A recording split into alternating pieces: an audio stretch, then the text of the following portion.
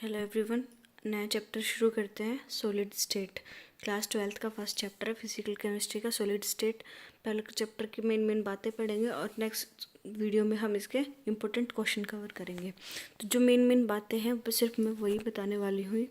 NCERT की ये copy है मेरे पास। एनसीईआरटी में से जो मेन चीज़ें हैं वही मैं एक्सप्लेन करूँगी। ठीक है, तो सॉलिड स्टेट जैसे कि नाम है वैसे ही हम इसमें सिर्फ सॉलिड स्टेट के बारे में पढ़ रहे हैं। तो फर्स्ट इसने जनरल कैरेक्टरिस्टिक्स बता रखी है सॉलिड स्टेट की। एक बार वो गो थ्रू कर लेते हैं हम। उसमें उसने क्या क्या क्या रखा है, देखो ये जो पॉइंट्स दे रखे हैं इनमें से देखते हैं। The following are the characteristic properties of solid state. तो क्या क्या ये बता रहा है कि they have definite mass, volume and shape. ठीक है, सॉलिड हो गया तो जैसे कि कोई चेयर होगी, आइस क्यूब हमने देख लिया, कोई दीवार है या फिर कुछ भी सॉलिड का एग्जांपल हम देखें तो उसका क्या है, एक डेफिनेट मास होता है, उसकी पर्टिकुलर वॉल्यूम होती है और कोई शेप होती है। बार बार ये नहीं कि थोड़ी सी कंडीशन चेंज होती है, उसकी शेप चेंज हो रही है। जैसे दीवार सॉलिड है तो वो शेप उसकी डेफिनेट शेप है। नेक्स्ट है इंटरमोलिकुलर डिस्टेंस आर शॉर्ट। छोटे छोटे दूरी पर जो एटम्स हैं या फिर मॉलिक्यूल्स हैं वो हैं और उसी से उनकी क्या है, फोर्सेस बढ़ रही हैं, पास पास हैं, शॉर्ट्स हैं, इसलिए क्या है, नेक्स्ट पॉइंट है intermolecular forces are strong. Their constituent particles have fixed position and can only oscillate about their mean position. Fixed position है, इसी कारण क्या है, वॉल्यूम भी फिक्स है और शेप भी फिक्स है। वो अगर थोड़ी बहुत वाइब्रेशन या मूवमेंट कर रहे हैं तो सिर्फ अपनी जगह पर ही बिल्कुल नेग्लिजिबल मूवमेंट कर रहे हैं। नेक्स्ट पॉइंट है they are incompressible and rigid. ये बात भी बिल्कुल सही है। दीवार ले लो, कोई टेबल ले लो, फिर आइस क्यूब है, कोई भी सॉलिड एग्जांपल है, अगर उनको हम कंप्रेस करते हैं तो वो बिल्कुल ही नेग्लिजिबल होता है, बिल्कुल हमें अपने आँखों से अपीयर ही नहीं होता है। एंड क्या होता है, रिजिड होता है। रिजिड मतलब स्ट्रोंग होता है। नेक्स्ट है कि हम सॉलिड को दो उसमें डिवाइड कर सकते हैं, एक अमorphous सॉलिड एंड दूसरा है क्रिस्टलाइन सॉलिड। ठीक है, तो ये इसमें सारी इसकी प्रॉपर्टीज़ लिखी है। मैं इनको एक बार नीचे टेबल दे रखा है उसी में आपको एक्सप्लेन कर देती हूँ उनकी प्रॉपर्टीज़ के बेसिस पे। ठीक है, तो क्या है, शेप। क्रिस्टलाइन सॉलिड की क्या है, डेफिनेट कैरेक्टरिस्टिक्स होती है, ज्योमेट्रिकल शेप होती है। तो अब सॉलिड में हमने पढ़ा था कि डेफिनेट शेप, मास और वॉल्यूम होता है, लेकिन ये भी दो तरह के होते हैं, एक तो क्रिस्टलाइन और एक अमorphous सॉलिड। जो क्रिस्टलाइन सॉलिड होती है उनकी तो बिल्कुल परफेक्ट शेप होती है, बिल्कुल ज्योमेट्रिकल शेप होती है। और जो अमorphous सॉलिड होते हैं वो इरेगुलर शेप के होते हैं, जैसे कोई सॉलिड पत्थर हो गया या कुछ और हो गया, या फिर रबड़ हो गया, प्लास्टिक हो गया। प्लास्टिक भी सॉलिड, मतलब प्लास्टिक की कई चीज़ें हमने देखी है, जैसे टेबल वगैरह सॉलिड तो होता है, लेकिन कई बार उनकी शेप क्या है, टेम्परेचर वगैरह से इरेगुलर हो जाती है। तो अमorphous सॉलिड की क्या शेप क्या है, इरेगुलर है, और क्रिस्टलाइन की क्या है, बिल्कुल ज्योमेट्रिकल शेप है। नेक्स्ट पॉइंट है मेल्टिंग पॉइंट का। तो मेल्टिंग पॉइंट क्या है, मेल्ट एट ए शार्प एट कैरेक्टरिस्टिक टेम्परेचर। ठीक है, जितना हमने मेज़र किया स्टैंडर्ड मेल्टिंग टेम्परेचर है, सिर्फ उसी बिल्कुल एक्यूरेट वो आने पर ही वो पर्टिकुलर सॉलिड अगर मेल्ट होता है तो क्या है, क्रिस्टलाइन सॉलिड है। अगर थोड़ी बहुत रेंज में अगर थोड़ा बहुत चेंज आता है तो वो अमorphous सॉलिड की कंडीशन में डाल दिया जाएगा। नेक्स्ट है cleavage property. When cut with a sharp edge tool they split into two pieces. ठीक है, काट जब बिल्कुल अलग अलग पीसेस में कट जाएगा। And newly generated surface are plane and smooth. बिल्कुल शार्प कटेगा, बिल्कुल स्मूथ कटेगा। ये नहीं कि जैसे कोई रबड़ का एग्जांपल ले लो, रबड़ को हम काटते हैं चाकू वगैरह से, फिर भी उसके सरफेस पे थोड़ी इरेगुलरिटी आ जाती है। तो रबड़ को हम यहाँ पे क्या कंसीडर कर रहे हैं, अमorphous सॉलिड कंसीडर कर रहे हैं। तो यही है क्लीवेज प्रॉपर्टी। मतलब अगर क्रिस्टलाइन जो सॉलिड है उसको काटेंगे तो बिल्कुल शार्प सरफेस हमें मिलेगा, लेकिन अमorphous सॉलिड को काटने पर हमें क्या है, इरेगुलर सरफेस मिलता है। इरेगुलर शेप होने के कारण, कटिंग ना होने के कारण क्या है, नेक्स्ट पॉइंट भी इसी से जुड़ा हुआ है, हीट ऑफ फ्यूजन। तो सब कुछ बिल्कुल डेफिनेट है, बिल्कुल एकदम एक्यूरेट है, तो क्या उसकी हीट ऑफ फ्यूजन भी बिल्कुल क्या है, एक्यूरेट और डेफिनेट होगा हीट ऑफ फ्यूजन। जबकि अमorphous सॉलिड में ऐसा नहीं है। हीट ऑफ फ्यूजन मतलब उसको हीट देंगे तो बिल्कुल एकदम शार्प उसका जो पॉइंट है उस पर वो या तो मेल्ट होना शुरू कर देगा, अपने जो कंडीशन है उसको चेंज करेगा, लेकिन ऐसा अमorphous सॉलिड में नहीं होता है। नेक्स्ट है एनाइसोट्रोपी। एनाइसोट्रोपी एक यहाँ पे नया वर्ड है, इसको मैं थोड़ा पीछे जाके एक्सप्लेन करती हूँ। देखिए पहले तो ये जो यहाँ पे पैराग्राफ दे रखा है इसमें पढ़िए, ये क्या कह रहा है कि crystalline solids are anisotropic in nature, ठीक है। That is some of their physical properties like electrical resistance or refractive index show different values when measured along different direction in the same crystal। तो एनाइसोट्रोपी का क्या मतलब होता है, देखो जैसे ये यहाँ पे एग्जांपल दे रखा है इस फिगर में, इसमें एनाइसोट्रोपी शो कर रखी है। ये जो ए से बी वाली लाइन है, अगर इसमें हम आते हैं तो हमें क्या है, एक ब्लू डॉट के बाद दूसरी ब्लू डॉट मिल रही है, फिर ब्लू डॉट मिल रही है, फिर ब्लू डॉट मिल रही है। मतलब यहाँ इस तरफ अगर हम प्रॉपर्टी मेजर करेंगे तो वो जो प्रॉपर्टीज़ होगी इन ब्लू डॉट के कारण होगी। लेकिन जैसे ये सी से डी यहाँ पे बना रखा है तो इसमें क्या है, हमें अल्टरनेटिव एक वाइट बॉल मिल रही है, फिर blue white blue white blue white, तो इसके कारण जो प्रॉपर्टीज़ होंगी वो डिफरेंट हो जाएंगी। तो ऐसी कैरेक्टरिस्टिक कौन शो करता है, जो क्रिस्टलाइन सॉलिड होते हैं ना, वो ऐसी कैरेक्टरिस्टिक शो करते हैं। जबकि अमरफस सॉलिड में होता है वो तो इरेगुलर, वहाँ पे हमें पैटर्न मिलेगा।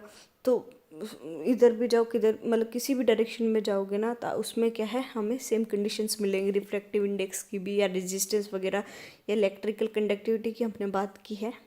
तो अमorphous सॉलिड में तो बिल्कुल सेम प्रॉपर्टीज़ मिलेंगी, लेकिन क्रिस्टलाइन सॉलिड में अलग डायरेक्शन में अलग प्रॉपर्टीज़ हमें मिलती हैं, ठीक है। तो ना एक बार कंफ्यूज मत होना, क्योंकि हम क्रिस्टलाइन को आइडियल सिचुएशन मान रहे हैं और अमorphous को ऐसे थोड़ा कंपेरेबली उसके थोड़ा वीक देख रहे हैं। तो ऐसा मत सोचना कि आइसो वर्ड अच्छा है तो आइसो क्या है, क्रिस्टलाइन में होना चाहिए।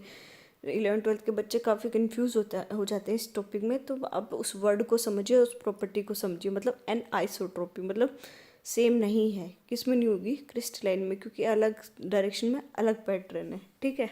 आई होप आपको ये टॉपिक कवर हो गया होगा, सॉरी एक्सप्लेनेशन समझ में आई होगी। नेक्स्ट है ऑर्डर इन अरेंजमेंट। हाँ, लॉन्ग रेंज ऑर्डर है। अब देखो, अभी जैसे कि हमने इसमें पढ़ा था ये फिगर में, तो ऐसे ही COD को एक्सटेंड करेंगे तो कितना ही हम लंबा ले जाएं तो ऐसी ही प्रॉपर्टीज़ मिलेंगी हमें। तो ये क्या है, लॉन्ग रेंज ऑर्डर हो गया। जबकि अमorphous सॉलिड में क्या है, थोड़ी सी दूर जाने पर थोड़ी सी सेम कंडीशन मिलती है, फिर कंडीशंस चेंज हो जाती हैं। तो इनको क्या बोलते हैं हम, शॉर्ट रेंज ऑर्डर, ठीक है। देखिए ये पैराग्राफ है, इसमें क्या है, अमorphous सॉलिड के कुछ एग्जांपल और उसकी एप्लीकेशंस दी गई है। ये क्या कहता है कि अमorphous सॉलिड आर यूजफुल मटेरियल्स, जैसे कि ग्लास, रबर हो गया, प्लास्टिक हो गया, ये सारे किसके एग्जांपल हैं, अमorphous सॉलिड के। Amorphous silicon is one of the best photovoltaic material available for conversion of sunlight into electricity. जो सनलाइट है उसको इलेक्ट्रिसिटी में कौन कन्वर्ट करता है, सिलिकॉन, जिसको हम ऐसे फोटोवोल्टाइक मटेरियल यूज़ करते हैं। तो इसकी काफ़ी इंपॉर्टेंट एप्लीकेशन होगी, क्वेश्चन भी बन सकता है यहाँ से। तो अभी तक हमने क्या है, दो तरह के हमने सॉलिड्स पढ़े, क्रिस्टलाइन और अमorphous सॉलिड। अब क्या है, फर्दर हम क्रिस्टलाइन सॉलिड्स को ही फर्दर डिवाइड कर रहे हैं यहाँ पे। तो इसके है ना कुछ टाइप्स हैं, जैसे कि मोलिकुलर सॉलिड हो गया, आयनिक सॉलिड, मेटेलिक सॉलिड, फिर कोवेलेंट सॉलिड्स, ठीक है। तो इनको मैं यहाँ जो टेबल दे रखा है इसी में एक्सप्लेन कर देती हूँ, ताकि हम इनका कंपैरिजन भी कर पाए और एक एक चीज़ आपको आराम से समझ भी आ जाए। तो इसमें क्या है, फर्स्ट है हमारे पास मोलिकुलर सॉलिड, ठीक है। इसमें कंस्टिट्यूट पार्टिकल्स होंगे, जो जिससे मतलब कि वो सॉलिड बना होगा वो क्या होंगे, मोलिक्यूल्स होंगे, ठीक है। तो मोलिकुलर सॉलिड्स में कंस्टिट्यूट पार्टिकल्स क्या है, ये है हमारे पास मोलिक्यूल्स। तो इसको हम फर्दर 3 कैटेगरी में डिवाइड करते हैं, नॉन पोलर, पोलर और हाइड्रोजन बॉन्डेड, ठीक है। नॉन पोलर जैसे नाम से ही पता चल रहा है कि दोनों जो मोलिक्यूल्स हैं या मतलब एटम्स हैं जो मोलिक्यूल के, उनमें क्या है, कोई ज़्यादा उसमें हम पोलैरिटी देख नहीं रहे। जैसे कि एग्जांपल से ही देख लो, आर्गन हो गया, CCl4 हो गया, H2 हो गया। तो H2 में क्या है, 2 हाइड्रोजन बॉन्ड है, तो इसमें कोई पोलैरिटी है नहीं, ठीक है। ऐसे I2, CO2, HCl, सॉरी हाँ CO2, इतने ही इसके क्या है एग्जांपल है। तो इनमें कौन सी फोर्सेस है, लंडन फोर्स, जो कि वीक फोर्स है, मतलब ये सिर्फ आपस में जुड़े हुए हैं। तो इनका फिजिकल नेचर कैसा हो जाएगा, नॉन पोलर है तो सॉफ्ट होंगे, और ये इलेक्ट्रिकल कंडक्टिविटी नहीं कर पाएंगे, मतलब ये क्या ऐसे इंसुलेटर वर्क करेंगे, और इनका मेल्टिंग पॉइंट भी वेरी लो है, मतलब थोड़ी सी ही इनको टेम्परेचर मिलने पर ये मेल्ट हो जाते हैं। फिर पोलर सॉलिड्स, इस नाम से ही पता चला है, डाइपोल डाइपोल इसमें इंटरेक्शन होगी, जैसे एलसीएल इसका एग्जांपल भी दे रखा है। H पॉजिटिव और Cl नेगेटिव दोनों क्या है, पोलर हो गए। ये भी कंपेरेबली सॉफ्ट ही होता है और इंसुलेटर होता है, और इनका भी जो मेल्टिंग पॉइंट है वो लो होता है, मतलब नॉन पोलर वाले से तो थोड़ा सा ज़्यादा लेकिन कम ही होता है। नेक्स्ट है हाइड्रोजन बॉन्डिंग। तो हाइड्रोजन बॉन्डिंग हमने काफ़ी ऑर्गेनिक में कंसेप्ट्स पढ़े होंगे कि हाइड्रोजन बॉन्डिंग को काफ़ी स्ट्रॉन्ग मानते हैं, लेकिन ये क्या है, मोलिकुलर जो सॉलिड्स है इसके अंदर ही हम पढ़ते हैं। मतलब जो नॉन पोलर और पोलर हो गए उनके कंपैरिजन में तो स्ट्रॉन्ग है, बाकी इतना ज़्यादा स्ट्रॉन्ग बॉन्डिंग ये है नहीं। तो जैसे H2O में हम देखते हैं, इसका एक और एग्जांपल क्या हम देख सकते हैं, HF में भी हम देखते हैं हाइड्रोजन बॉन्डिंग। तो ये क्या है, फिजिकल नेचर इसका हार्ड हो जाता है, जैसे आइस क्यूब बन जाती है, वो क्या है, हार्ड होगी, इंसुलेटर होगा। मतलब है ये कंडक्टर की तरह एक्ट कर सकता है, लेकिन इतना अच्छा भी कंडक्टर नहीं है कि जिसको हम एज ए कंडक्टर यूज़ कर सकें। ठीक है, इसका मेल्टिंग पॉइंट भी वेरी लो है। हमें तो पता ही है पानी का क्या है, 100 डिग्री सेल्सियस इसका, सॉरी 0 डिग्री सेल्सियस। इसके बाद क्या है, इसका मेल्टिंग पॉइंट है 0 डिग्री सेल्सियस से ऊपर। नेक्स्ट है हमारे पास आयनिक सॉलिड्स। ठीक है, इसमें कंस्टिट्यूट पार्टिकल जैसे नाम दे रखा है तो आयन्स ही होंगे। कोलम्बिक और इलेक्ट्रोस्टैटिक इसमें फोर्सेस होंगी। NaC हो गया, मैग्नीशियम ऑक्साइड होगा, जिंक सल्फेट हो गया, ये इसके एग्जाम्पल है। हार्ड होंगे और ब्रिटल होंगे। ब्रिटल मतलब बहुत ज़्यादा हार्ड, तोड़ने से भी नहीं टूटे। Insulators in solid state but conductors in molten state. ये बात इंपॉर्टेंट है। देखो, अगर वो सॉलिड में हम जैसे बात करें, हमारे पास NaCl सॉलिड है तो वो एज ए इंसुलेटर वर्क करेगा, लेकिन जब उसको हम मेल्ट कर देंगे, एक्वस सॉल्यूशन बना देंगे, एक्वस सॉल्यूशन मतलब पानी के साथ अगर उसको मिला देंगे तो वो क्या है, कंडक्टर बन सकता है। कंडक्टर का मतलब क्या होगा, यहाँ पे इलेक्ट्रिसिटी कंडक्ट कर सकता है। इसका मेल्टिंग पॉइंट भी क्या है, वेरी हाई। उसके बाद है metallic solids. Positive ions in sea of delocalized electron. ठीक है, पॉजिटिव आयंस है और उसके सराउंडिंग इलेक्ट्रॉन्स हैं। मतलब एक तरह से जनरली जो मेटल्स की हम बात करते हैं वो क्या है, मेटेलिक सॉलिड में आते हैं। जैसे एग्जांपल भी दे रखा है, आयरन हो गया, कॉपर हो गया, सिल्वर हो गया, मैग्नीशियम हो गया, ये सारे क्या है, मेटेलिक सॉलिड के एग्जांपल है। ये भी क्या है, हार्ड है बट मेलिएबल है और डक्टाइल है। मतलब हार्ड तो है लेकिन इनको हम थिन शीट्स में, मेलिएबिलिटी क्या होती है, शीट्स में और वायर्स में इनको कन्वर्ट कर सकते हैं। ये भी क्या अच्छे कंडक्टर होते हैं। आयरन का तो हमें पता ही है, करंट आ जाता है। और मोल्टन स्टेट में तो और भी ज़्यादा अच्छे कंडक्टर हैं। ये इनका भी जो मेल्टिंग पॉइंट है वो हाई रहता है। लास्ट है कोवेलेंट और नेटवर्क सॉलिड्स। ठीक है, इनके कंस्टिट्यूट क्या है, एटम्स हैं। इनमें क्या बोलते हैं, कोवेलेंट बॉन्डिंग बोलते हैं। जैसे क्वार्ट्स वगैरह हो गया, SiO2, डायमंड, ये सब इसमें क्या है, कोवेलेंट बॉन्डिंग होती है। ये भी क्या है, हार्ड। तो डायमंड जैसे हमने सबसे हार्डेस्ट एलिमेंट पढ़ा है, तो ये तो कोवेलेंट इसमें क्या है, इसका नेचर तो ऑब्वियसली हार्ड ही होगा। लेकिन देखो एक पॉइंट और याद रखना, जो ग्रेफाइट वाला है ना, यहाँ पे कार्बन का जो एलोट्रोप है वो क्या होता है, सॉफ्ट होता है। ठीक है, ये कंडक्टर होता है, लेकिन ये क्या है, एक्सेप्शन है, ये इंसुलेटर होगा। मतलब जो कोवेलेंट बॉन्डिंग होती है वो जनरली इंसुलेटर होते हैं, लेकिन जो कार्बन ग्रेफाइट है वो सॉफ्ट होता है और उसकी जो लेयर, उसमें थिन लेयर्स बनती हैं और लेयर्स के बीच में इलेक्ट्रॉन मूव कर सकते हैं। इसके कारण ये क्या है, इलेक्ट्रिसिटी कंडक्ट कर सकता है। तो ये इसको कंडक्टर हम बोलते हैं, ये एक एक्सेप्शन है। केमिस्ट्री में हमेशा याद रखना, साइंस में जो पर्टिकुलर होता है कि एक्सेप्शन वाले क्वेश्चन काफ़ी बनते हैं, तो इन चीज़ों को थोड़ा ध्यान से देना।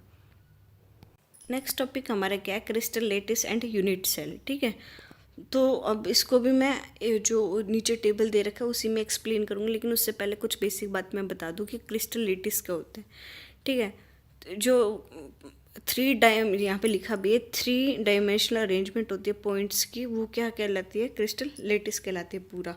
तो ये यहाँ पे जो फिगर दे रखा है ये एक लेटिस का फिगर है। इसको क्या बोलेंगे, क्यूबिक लेटिस, मतलब ये क्यूब की फॉर्म में है।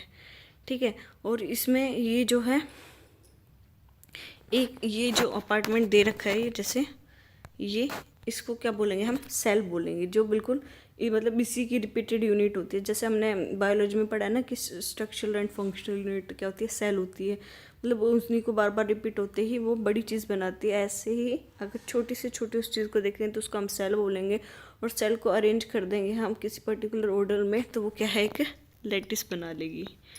ठीक है, तो यहाँ पे हम 14 पॉसिबल अरेंजमेंट हैं। अभी तक 14 तरीके से ही हम इनको अरेंज कर पाए हैं, और इससे इनको क्या बोलते हैं, इन अरेंजमेंट को ब्रेविस लेटिस अरेंजमेंट। इनकी क्या क्या कैरेक्टरिस्टिक्स होती हैं ये पढ़ लेते हैं। जैसे कि फर्स्ट पॉइंट लिखा है, each point in a lattice is called lattice point और लेटिस साइड। ठीक है, जैसे सेल मैंने बोला उसको क्या है, लेटिस साइड बोलेंगे।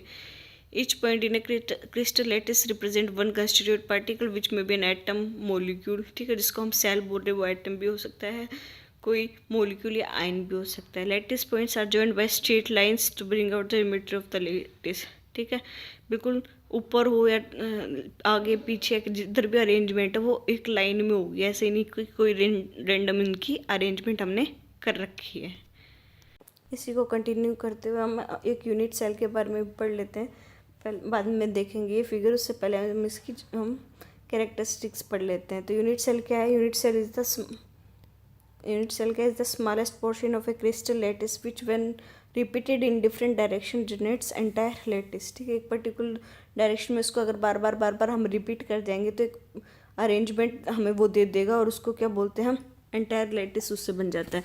लेकिन जो स्मॉलेस्ट जो पॉइंट था वो क्या है हमारे पास? वो हमारे पास क्या है? यूनिट सेल है। ठीक है, जैसे अब ये यूनिट सेल होगी जो ऊपर, इसमें से हमने उठा के इसको यहाँ पे साइड में अलग से रख दिया है। तो इसमें देखो क्या है, इसमें है साइड्स दे रखी है हमें तीनों डायरेक्शन में, जैसे ए हो गई इधर, फिर बी इधर, और सी, तीनों एक्सिस पे। ये क्या है? इनकी डायरेक्शन है, और इन डायरेक्शंस के बीच में जो एंगल बन रहे हैं वो उनको क्या बोल रहे हैं हम? अल्फा, बीटा या गामा। ठीक है, इसी के बेसिस पे ये अरेंजमेंट हमें 14 तरीके की अरेंजमेंट देखने को मिलती है। ठीक है, यूनिट सेल यहाँ पे क्या लिख रखा है? ABC, और ये इनके एंगल्स हैं। ठीक है, चलो अब हम यूनिट सेल्स को और इनकी वजह से इनको पढ़ते हैं, इनकी अरेंजमेंट की वजह से जो पॉसिबल यूनिट सेल्स बनी है उनको पढ़ते हैं एक एक करके। तो यहाँ पे मैंने बताया था, सीधा मैं इस टेबल में ही एक्सप्लेन कर देती हूँ। तो सब पहले है क्यूबिक। मतलब क्यूबिक को क्या बोलते हैं? पॉसिबल वेरिएशन क्या हो सकती है? प्रिमिटिव हो सकती है, बॉडी सेंटर हो सकती है, और फेस सेंटर्ड हो सकती है। जैसे कि ये है, इसको हम क्या बोलते हैं? प्रिमिटिव बोलेंगे। प्रिमिटिव की ये 3 एग्जांपल हैं। जैसे ये है, मतलब जो एटम्स हैं, ये जो मैंने सेल बोली थी, जो यूनिट सेल स्मॉलेस्ट वाली, उस मतलब वो है, जैसे कि ये मान लो। और इसमें हमने जो एटम रखे हैं वो सारे कॉर्नर पे एटम रख दिए हैं, एक क्यूब बना के उसके कॉर्नर पर अगर हम एटम रख दें, अगर ऐसी अरेंजमेंट है तो उसको हम क्या बोलेंगे? प्रिमिटिव, और सबसे सिंपल अरेंजमेंट। उसके बाद है कि जो 8 कोने हैं, कॉर्नर्स हैं, उन पे तो एटम रखा ही हुआ है, लेकिन एक एटम हमने बीच में भी रख दिया, तो इसको क्या बोलेंगे? Body centred. और एक ये फेस सेंटर्ड, मतलब 8 तो कॉर्नर्स पे, और जो एक फेस होता है, फेस मतलब एक, जैसे ये है फेस और इसके यहाँ पे रखा हुआ है, तो वो क्या है? फेस सेंटर्ड हो गया, मतलब आधा आधा आधा अंदर यूनिट के अंदर और आधा बाहर, तो उसको क्या बोलेंगे हम? Face centred. ठीक है, तो ये थोड़ा सा यहाँ पे 2 डायमेंशन तो मैं इतना ज़्यादा एक्सप्लेन कर नहीं पाऊँगी, लेकिन आई होप आप लोग कंसेप्ट देख रहे, तो आपको इन चीज़ों को पता होगा। बस एक क्विक रिवीजन के लिए मैं ये सब चीज़ें एक्सप्लेन कर रही हूँ। जो मेन है वो है हमारे ये टेबल, जिससे क्वेश्चन उठ के आते हैं। तो मेन क्या है हमारा? ये जो टेबल है, इसमें से हमारे क्या है? क्वेश्चन उठ के आते हैं, हमें मेन यही पढ़ना है। ठीक है, पहले तो मैं एक न्यूमेरिक बता देती हूँ जिससे हमें ये टेबल याद रखनी है। ठीक है, आई होप ये ABC साइड्स होती है, एंगल्स होते हैं, ये आपको पता ही हो। सिर्फ मैं आपको एक रिवीजन करा रही हूँ, उसके लिए मैं बता देती हूँ याद रखने का तरीका। जो हम इसको याद रखेंगे, CT और HRMT, CT और HRMT। ठीक है, तो कितने हो गए ये हमारे पास?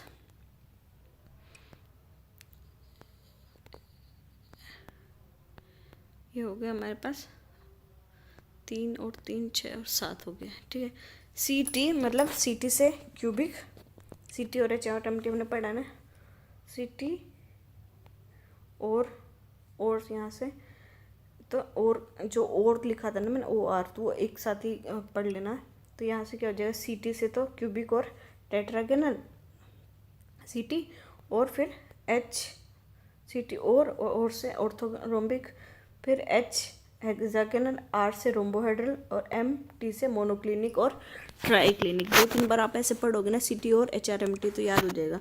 CT और ये क्या है? एक साथ है, CT और HRMT। HMT की घड़ी हमने पढ़ी है ना, तो उसी से याद रख लेना HRMT, CT और HRMT। तो C से क्यूबिक, टेट्रागोनल, ऑर्थोरोम्बिक, हेक्सागोनल, ये रोम्बोहेड्रल, मोनोक्लिनिक और ट्राइक्लिनिक। 2-3 बार पढ़ोगे तो याद हो जाएगा। ठीक है, अब इनकी कंडीशंस देखते हैं।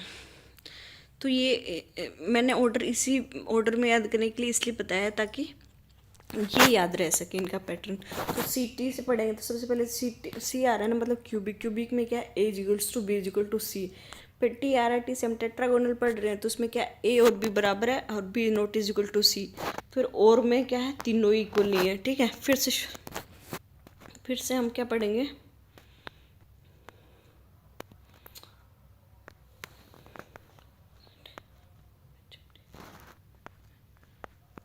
सी टी और एच एम टी। फिर उसके बाद क्या है, at a equals to b is not equals to c. फिर a is equal to b and c. और फिर ये तीनों क्या है, a not b not c. तो बस हमें ये देखना है। और ये जैसे कि सी टी और ये एक साथ पढ़े थे तो इसमें तीनों की एक साथ ही बात याद रखनी है कि तीनों एंगल क्या है, इक्वल, और तीनों ही क्या है 90 डिग्री के हैं। उसके बाद क्या है, अल्फा और बीटा हेक्सागोनल में alpha beta 90 degree, gamma 120 degree, ऐसे याद रह जाएगा।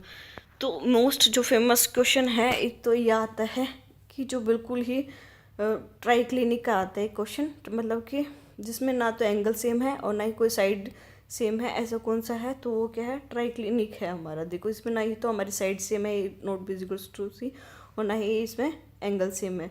और ऐसा जिसमें सारी चीज़ें सेम है उसका एग्जाम्पल हमारा क्यूबिक, जिसमें सारी तो साइडें सेम है और सारे एंगल सेम है।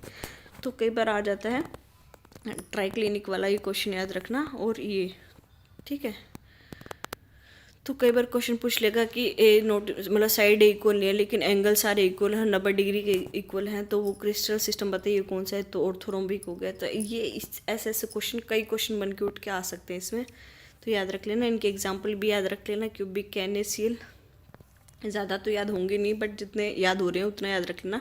मेन था ये एंगल का रिलेशनशिप और साइड्स का रिलेशनशिप। आई होप आपको समझ में आ गया होगा, ठीक है। तो आज की वीडियो में बस हम इतना ही करते हैं, बाकी ये चैप्टर कंटिन्यू करते हैं नेक्स्ट में, क्योंकि आगे क्या है, इनकी जो मैग्नेटिक प्रॉपर्टीज़ वगैरह हैं, वॉइड्स हैं, उन सब के बारे में पढ़ने वाले हैं। तो ये क्या है, उनकी अरेंजमेंट वो सब हम नेक्स्ट क्लास में पढ़ लेंगे। इनका कंट्रीब्यूशन और पढ़ लेते हैं इसी टॉपिक में। तो जैसे number of items in unit cell, हम यूनिट सेल पढ़े ना, जैसे प्रिमिटिव पढ़ी है, बॉडी सेंटर्ड पढ़ा है, फेस सेंटर्ड पढ़ा है, तो उसमें एक यूनिट सेल में कितने एटम होते हैं इसके ऊपर भी क्वेश्चन आते हैं, तो वो पढ़ लेते हैं। तो प्रिमिटिव क्यूबिक यूनिट सेल हमने पढ़ी है, जिसमें क्या है, एक क्यूब की तरह है, जिसमें सिर्फ हमारे, जैसे मैंने ऊपर भी एक्सप्लेन करा था, जो हमारे सिर्फ कॉर्नर्स पे क्या है, एटम्स हैं, ठीक है। जैसे तो हम प्रिमिटिव के बारे में पढ़ेंगे तो सिर्फ कॉर्नर्स पे एटम, और हमें पता है कि एक एटम का कंट्रीब्यूशन कितना है। जैसे कि ये देखो यहाँ पे एटम को तोड़ देंगे ना, तो इसका अंदर जो हिस्सा आएगा ना, वो एटम का 1/8 हिस्सा आएगा। मतलब बाकी का हिस्सा ऊपर वाले में, फिर इधर साइड वाले में, इधर वाले में, इधर वाले में। तो एक यूनिट में जो कॉर्नर वाला एटम है वो किसका, उसका कितना हिस्सा आता है, 1/8 हिस्सा आता है, ठीक है। तो एक यूनिट में हमें कितने आइटम मिलेंगे, तो ये देखो जैसे कि यहाँ पे लिखा हुआ है, सॉरी यहाँ पे लिखा हुआ है कि 8 तो हो गए आइटम टोटल, और उसका एक का कंट्रीब्यूशन है 1/8। तो टोटल मिला के हमें कुल एक आइटम मिल जाएगा। अगर हमें एक यूनिट सेल है हमारे पास प्रिमिटिव की, तो मतलब हमारे पास एक आइटम है, ठीक है। इसी को कंटिन्यू करते हुए आगे जैसे बॉडी सेंटर के बारे में पढ़ते हैं, वैसे ही देखो मैं बॉडी सेंटर में मैंने क्या बताया था कि सारे तो कॉर्नर पे आइटम है और एक क्या हमारा बीच में आइटम है। तो अभी जैसे मैंने बताया कॉर्नर वालों का तो कितना हो जाएगा, 1/8 कॉर्नर पे और 1/8 का एक कंट्रीब्यूशन, तो टोटल हमें एक आइटम मिल जाएगा यहाँ से। और बॉडी सेंटर का कंट्रीब्यूशन क्या है, एक ही आइटम है ना, तो बीच में एक आइटम यहाँ से मिल जाएगा, तो टोटल हमें कितना मिल जाएंगे, 2 आइटम मिल जाएंगे बॉडी सेंटर से। प्रिमिटिव से एक सेंटर, बॉडी सेंटर से 2 आइटम। ऐसे ही फेस सेंटर पे जैसे बताया था मैंने कि सारे तो कॉर्नर पे हैं और बाकी फेसेस पे। तो अब देखो 6 फेस है हमारे पास, ये साइड वाला, अब इससे पीछे, इधर साइड में, इधर साइड में, ऊपर नीचे, जैसे ये 2 और 2 इधर वाले और 2 ऊपर नीचे वाले। तो यहाँ पे 6 फेस है हमारे पास। तो ये देखो जैसे कि फर्स्ट ये बताया था, ये हो गया एक, तो 8 कॉर्नर आइटम्स 1/8 इनका कंट्रीब्यूशन है, 6 फेस सेंटर्ड है तो 1/2। अब देखो कोई एक दीवार को आप कंसीडर करो, तो दीवार में अगर फेस पे हम देखते हैं तो आधा आइटम दीवार की इस साइड है, आधा दूसरी साइड है, तो उसका कंट्रीब्यूशन कितना हुआ, आधा ही हुआ ना, तो इसका कंट्रीब्यूशन कितना है, हाफ। तो 6 × 1/2, यहाँ से हमें 3 आइटम्स मिल जाएंगे, तो हमारे पास टोटल कितने हो जाएंगे, 4 आइटम्स, ठीक है। यहाँ पे मैं समराइज़ कर देती हूँ सारा। जो प्रिमिटिव है उसमें हमें मिलेगा 1 आइटम, बॉडी सेंटर वाले में 2 आइटम और फेस सेंटर वाले में 4 आइटम, ठीक है।